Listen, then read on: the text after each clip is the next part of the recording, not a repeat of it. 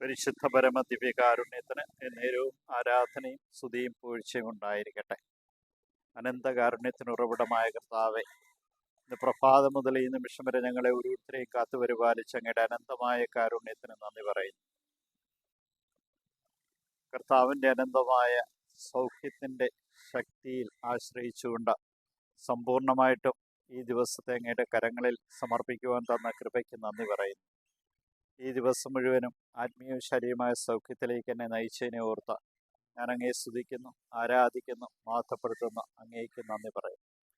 നിന്റെ കൃപകളും നിന്റെ ചൈന്യവും ഓരോ നിമിഷവും അനുഭവിച്ചറിയുവാൻ ഞങ്ങൾക്ക് നൽകിയ ഈ ദിവസത്തെ ഓർത്ത് നന്ദി പറയുന്നു. പത്രോസിൻ്റെ അമ്മായിയമ്മയെ സുഖപ്പെടുത്തണമേ എന്ന അപേക്ഷ സ്വീകരിച്ച കർത്താവെ, അങ്ങയുടെ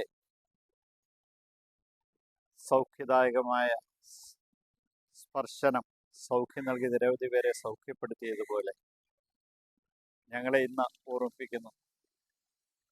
മാധ്യസ്ഥ പ്രാർത്ഥന ഏറ്റവും വലിയ ശക്തിയാണ്.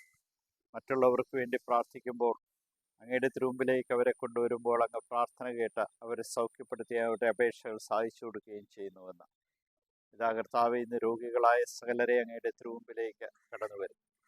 അങ്ങയുടെ വചനത്തിൻ്റെ ശക്തി സൗഖ്യത്തിൻ്റെ ശക്തിയാണെന്ന് തിരിച്ചറിയും. ഈ വചനത്തിൻ്റെ നിറവ് ഞങ്ങൾ ഓരോരുത്തരും നഷ്ടപ്പെടുത്താതെ സൂക്ഷിക്കുവാനും നിൻ്റെ കൃപാവരത്തിൻ്റെ അഭിഷേകത്താൽ നിറഞ്ഞ് ഞങ്ങളുടെ ജീവിതത്തെ നയിക്കുവാനും നീ കൃപ നൽകി അനുഗ്രഹിക്കണം. ഇതാ കർത്താവെ, ഈ ദിവസം ദാനമായി ഞങ്ങൾക്ക് നൽകിയതിനെ ഓർത്ത് നന്ദി പറഞ്ഞുകൊണ്ട് ഞാൻ അങ്ങയെ സ്തുതിക്കുന്നു, ആരാധിക്കുന്നു, മഹത്വപ്പെടുത്തി അങ്ങേക്ക് നന്ദി പറയുന്നു.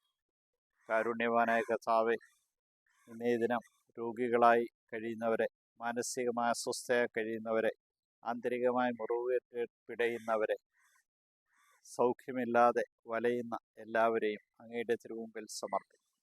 നിന്റെ കാരുണ്യവും നിന്റെ സ്നേഹവും നിന്റെ ചൈന്യവും വീണ്ടെടുത്തുകൊണ്ട് നിന്നെ മഹത്വപ്പെടുത്തുവാൻ തക്കവിധം ഈ രോഗികളായിട്ടുള്ള സഹോദരങ്ങളെ അങ്ങ് സൗഖ്യപ്പെടുത്തി അനുഗ്രഹിക്കണം.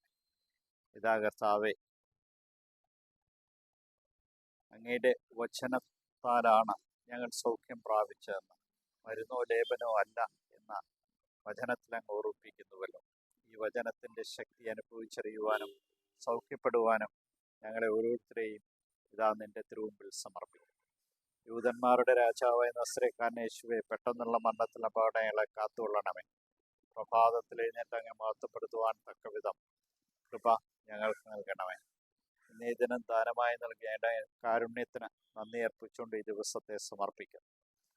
പ്രഭാതത്തിൽ എഴുന്നേറ്റ് അങ്ങേ മഹത്വപ്പെടുത്തുവാൻ ഞങ്ങളെ ഓരോരുത്തരെ അനുഗ്രഹിക്കണം.